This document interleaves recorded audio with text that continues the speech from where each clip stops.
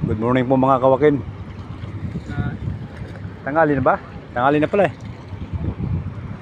Yan, pang 5 araw natin rito sa Antiparos Island. Island of Greece. Ayan yung barko natin oh. Paparating pa lang. Galing Paros.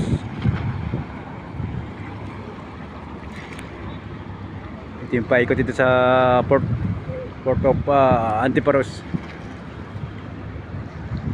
Ayan o, dami yate kay Lira.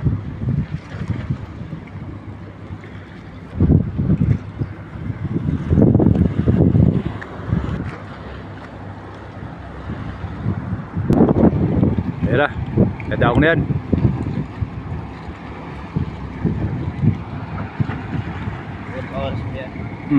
Every 30 minutes na nga. Yun na eh. Hindi mapasero sa taas oh. Ang laki niyan. Sleeper ship ang tawag din natin dyan eh. Ano yung isa? Parking.